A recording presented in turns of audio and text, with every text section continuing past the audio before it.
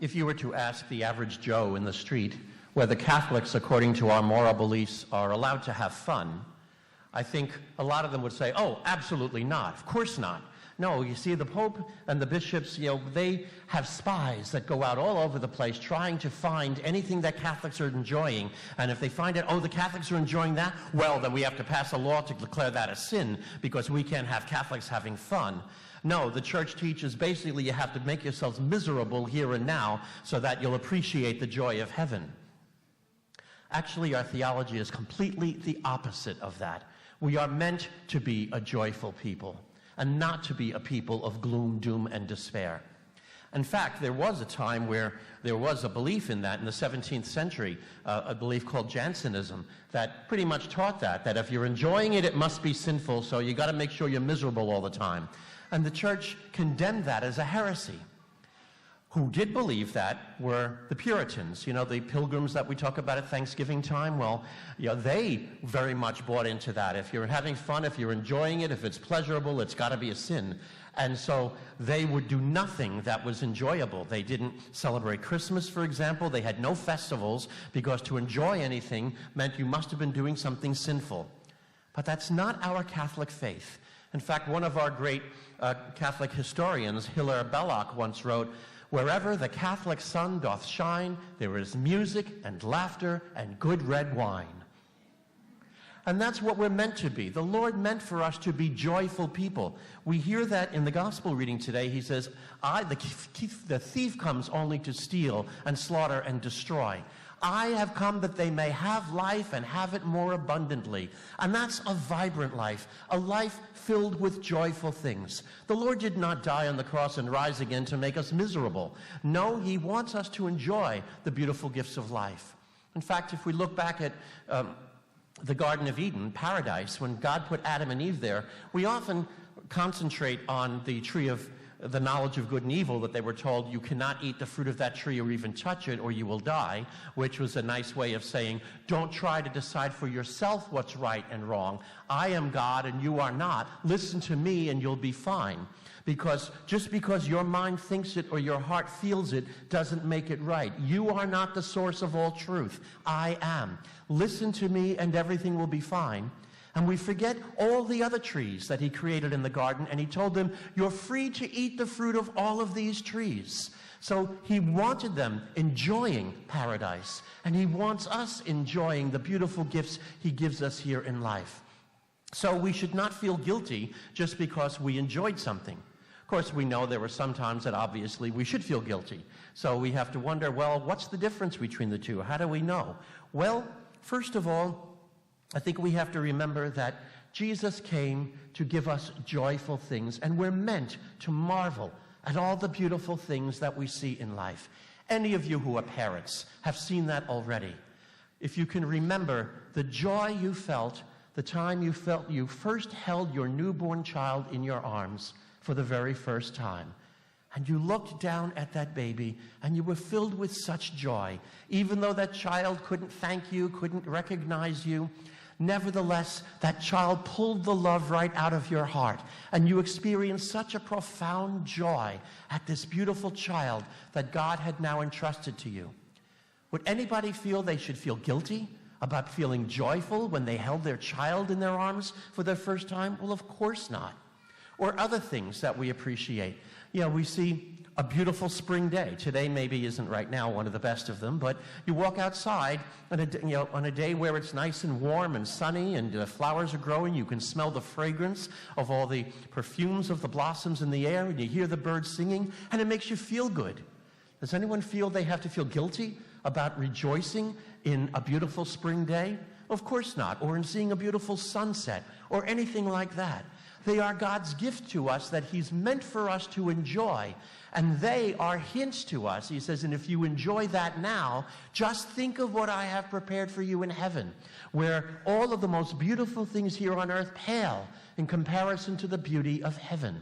And so they're meant to remind us, stay close to me, he says, remain faithful to me, because I have beauty in store for you for which you can't even begin to fathom. And so we're meant to be joyful people in lives. We're not supposed to be gloomy all the time. In fact, if you look at our saints, some of our saints, the statues we have don't always do them justice, because when we look at saints, they're often just deep in prayer or in ecstasy or something like that. But we don't normally show statues of saints smiling. But look at photos of saints from the time since photography has been invented. We have one right here on the new side, St. Carlo Acutis, a 15-year-old boy who was just canonized back in October. Look at the beautiful smile on his face. And if you read the lives of the saints, you discover they were joyful individuals. They knew that they were living in this world, that it was a gift from God, and that experiencing the beautiful things in this life were God's way of sharing the hints of heaven with them beforehand. And even one of our great mystics, St. Teresa of Avila, actually wrote once, and I don't know if the alliteration works as well in Spanish as it does in English, but she said, "From somber, serious, sullen saints, save us, O Lord. Lord, hear our prayer." So we're not meant to go around miserable and sad all the time. And if we see Catholics who are going around angry all the time, well, they don't know Jesus. And they have never known his love. They have not been hit with his joy. They don't appreciate the gift of life that Jesus has come to give us and the happiness he wants us to have. And one of the things I've been enjoying very much in the series, The Chosen, is showing Jesus just relaxing and enjoying time with his apostles, even cracking a joke here and there, playing games with them. And the one scene where they go to the Jordan River and they're actually even having chicken fights in the water. I mean, just showing Jesus enjoying a good time. Unfortunately, there are some people that don't think that should be part of our relationship with God, or that Jesus didn't laugh. And I don't know where they get that from, because indeed, he who came over and over again, he talks us about, "My joy will be yours and your joy may be complete." He wants us to be happy people and appreciate the good gifts he's given us. But as we know, not all of the things that we can appreciate are meant for us to indulge in. And where is the problem? The problem is not God. The problem is Satan. The devil himself likes to distort all those beautiful good gifts God gives us to bring us to worship him and praise his majesty, and instead turn them around and turn them in on ourselves to be something merely for our own pleasure. Think of when you go to some of those, you go to a carnival and they have the Hall of Mirrors with all the different things that some of them make you look very fat and others very tall and skinny. I think it'd be quite comical. You look and see what you look like in front of all of these different mirrors. And fortunately, we know that they're not true images of ourselves. They're not giving a real reflection of what we are. But if you can imagine somebody standing in front of one of those ones that makes you look really fat, and they don't realize the difference, and they look at that and say, "Oh my goodness, look at all the weight I've put on. I've got to lose weight." And they go out on this frantic diet to lose weight that they don't have to lose, and they could actually end up becoming anorexic, and it could even kill them, as sadly happened to Karen Carpenter. No, that's what the devil does. He twists things and distorts the good gift of God to make us see them not to turn us to God, but turn in on ourselves, just for our own enjoyment and not for the pleasure or the glory of honoring and praising God by the good gift he's given us. And what could be a more ideal example of that than the sexual gift that God has given us? And I've often been amazed at how infrequently, how seldom we use those two words together, the sexual gift. A lot of times priests know that if we even mention anything sexual in a homily, there are going to be people who are going to go, "Oh my goodness, we can't talk about that," like it's, you just don't talk about that topic, like it's taboo. Well, no.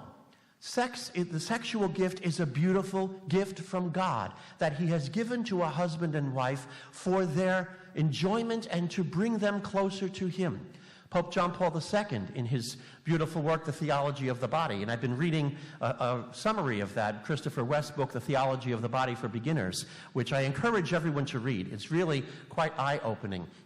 And it talks about not only the sexual gift, but all the other gifts of God, and understanding the beauty of God's gift to us, but most particularly the beautiful sexual gift that God gives to a husband and wife. that when they share their love with each other totally and completely, pour out their love one for the other, receive the other's love in return, and they leave open to God the possibility that he could create a new life through that, they are being brought into union with God in his great work of creation, of his greatest creation, his masterpiece, a new human life. And he chooses to allow them to be drawn into him. So they're being drawn with God into his very moment of creation.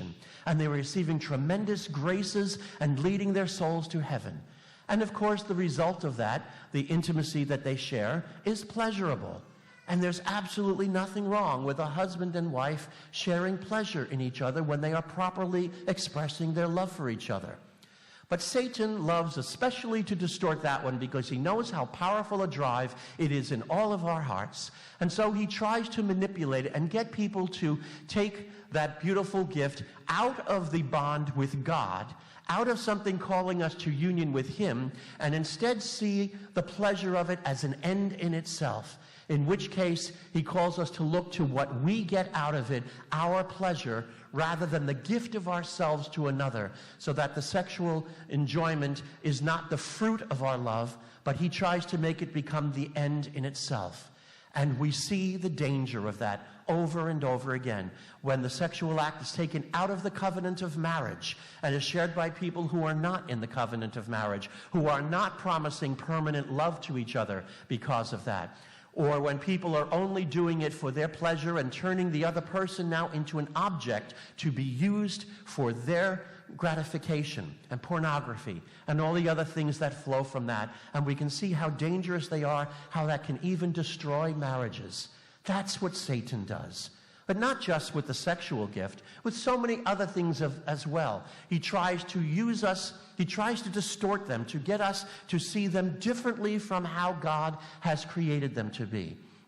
And the Lord is constantly reminding us that the beautiful things we see in life are his gift to us. And all of those things are meant to elevate us, to lift us up before God and say, Lord, how wonderful, how awesome you are. Not just the beauties in creation that we see, but even sometimes in the fine arts. If you see a beautiful painting, or watch a wonderful opera, or a great movie, or something like that, what the fine arts are meant to do is to elevate us and to help us appreciate what is good, what is noble, what is beautiful about our bodies, our lives, our souls, our existence here on earth. And when we appreciate the arts properly, they should lift us up and bring us closer to God. Sadly, there are some people who use the arts the opposite way. And one big example of that is comedy. I don't think most of us would even look at comedy as a fine art or think that somehow comedy can lead us to the Lord. But in fact, it can. In fact, if you see something, you watch a movie or a comedy skit that's perfectly clean, and we laugh at it, well, that's a good gift. That's something from God that's meant sometimes even if it's only to relax the tensions of all the stress we're dealing with, but we laugh at it. And there's nothing, if it's appropriate, there's nothing we should feel guilty about. One of my favorite moments in comedy, I think is the greatest comedy skit ever invented, was Abbott and Costello's Who's on First routine. And you know, you can watch that and over and over and over again and still laugh at it, and it's perfectly clean, and you don't have to feel guilty afterwards. And if Jesus were to come in and walk in, if you happen to be watching a video of it on TV, you'd say, Jesus, sit down and look at this. These guys are hysterical. Look what they did. And that's fine. Sadly, other comedians, especially today, have resorted to the low angle. And they try to get a laugh out of insulting other people, ridiculing full or whole masses of people, whole genders, whole races, and appealing to the low point, to what's fallen in our nature, our fallen human nature, rather than our restored human nature, to get a quick laugh out of appealing to people's weaknesses. And that's where so many things such as in comedy and movies and even other things can be dangerous. That the arts that are meant to bring us to adore the Lord and appreciate him lead us away from him. And one of the simplest ways we can know the difference with that is if you're ever watching a movie or something, and imagine if Jesus were to walk in the room while you're watching that movie. Would you say, hey, Jesus, sit down and watch this with me. This is wonderful. Or would you immediately feel the need to find the remote and quickly switch the channel so that he doesn't see what we're watching? Children, I say the same thing to them. If you're wondering if anything you're watching or if something you're watching is appropriate, if your parents walked in the room while you were watching it, would you say, Mom and Dad, watch this with me? Or would you feel very embarrassed and have to switch the channel off? So, seeing things that build us and bring us close to God, that's what he wants us to do. How do we know the difference of what is a legitimate gift of God versus what are the tricks of the devil where he's distorted things to lead us away from him? Well, it's actually very easy. Once the action is over, how do we feel? A guilty thing, something that is sinful, may be very pleasurable. Oh yes, sin can bring pleasure. There's no doubt about that. Many sinful activities can be quite pleasurable. But the minute they're over, once the activity ends, we feel guilt over it. You know, the hangover the next morning, or the, I'm going to dread myself, I'm going to hate myself in the morning for what I did. You know, all of that mentality. The minute it's over, do we feel guilt, or do we feel that the joy has stayed with us? Sin can bring pleasure, but it cannot bring joy. Only God brings joy. And when we experience something beautiful, whether it's awesome, funny, wonderful, whatever it is, even when it's finished, we walk out feeling good about ourselves and no reason to feel guilty because we've enjoyed it. And that's the simplest way of all for us to figure out, is something that we're doing sinful or not. Some things, of course, taken in their proper context are perfectly fine, and the misuse of them becomes something sinful. For example, alcohol. You know, sometimes people, right away, you hear some people who say that all use of alcohol is inherently sinful. Well, no, it's not. Let's look at what was Jesus' first miracle. He changed water into wine at the wedding feast of Cana. He didn't turn it into grape juice. He turned it into wine with all of its intoxicating ability to it. And so for someone to go out, an adult, and you go to dinner somewhere and you order a glass of wine with your meal and you taste it and say, wow, this is good wine, well, there's no reason we should feel guilty about that. Unless, of course, we're alcoholic. That's a very different story, of course, talking about people who are not plagued with alcoholism. But drinking it appropriately. When we have too much, when we have not a glass of wine, but a bottle of wine, or more than that, okay, that's when we're abusing it, and it's making us drunk and leading us to do things that we might regret later and might harming our health. Okay, that's where that has become a problem. And anybody who has ever had to deal with any sort of compulsive sin, any addiction, such as alcoholism, drug addiction, sex addiction, gambling, knows how difficult it can be, how crippling, even how deadly. And so properly using God's gifts for what they're meant, even, some guys go out maybe after work, their friends, they go on a Friday afternoon to happy hour and they throw down a beer or two, not getting drunk, knowing their limits, knowing how much I can drink before it has an effect upon me, and they like the beer and they say, all right, I'll have it. Or maybe even they're watching a ball game and they just open a can of beer and drink it. That's fine. It's when we abuse something. It's the abuse of something that makes it sinful. And so, just looking at how we feel afterwards, our consciences are our best friend in this, to know whether or not something is a beautiful gift from God that we can appreciate, or something that we must realize, no, this is the devil tricking us. Just as we heard from Adam and Eve when God told them not to eat the fruit of the tree of the knowledge of good and evil, but listen to me, I will tell you right from wrong, do as I tell you, and then you can enjoy all the beautiful gifts of this life, and you will have life in abundance. You will rejoice each and every day in all the beautiful gifts that God has given us. We will marvel at everything that we see. We'll see God, and even the smallest of things will be the joyful people that the great saints were, that Jesus wants us to be. We will experience all of these glories and pleasures now that we know are a hint, or just a vague hint, of the beautiful gifts God has in store for us in heaven.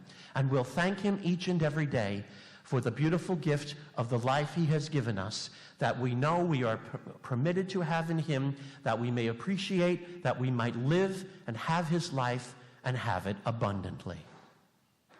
May Jesus Christ be praised, now and forever.